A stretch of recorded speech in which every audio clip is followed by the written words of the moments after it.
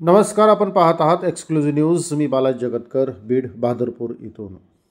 बहादरपूर ग्रामपंचायत येथे 15 ऑगस्ट म्हणजे स्वातंत्र्यदिनी तिरंगा ध्वज फडकवलाच नाही.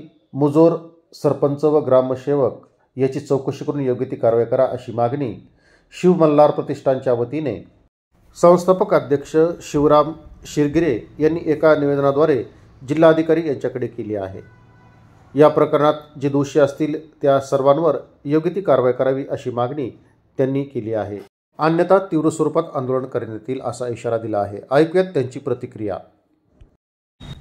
काल गावामध्ये 15 ऑगस्ट 1947 रोजी स्वातंत्र्य होऊन 78 वर्ष झालं, तरीही बहादरपूरची ग्रामपंचायत आणखी स्वातंत्र्य झालेली नाही.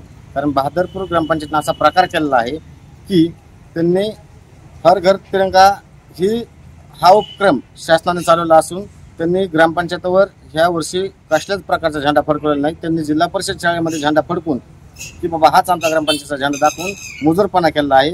आणि त्यांना पाठीशी घालण्यासाठी गटविकास अधिकारी ते त्यांना पाठीशी घालतायत. गटविकास अधिकारी यांच्याशी बोललो असता त्यांनी स्पष्ट सांगितलं की त्यांनी झेंडा केलेला आहे.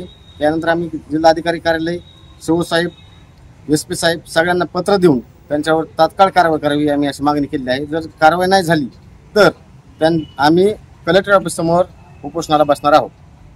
आपलं नाव? मी यशवंत पवार, बहादरपूर.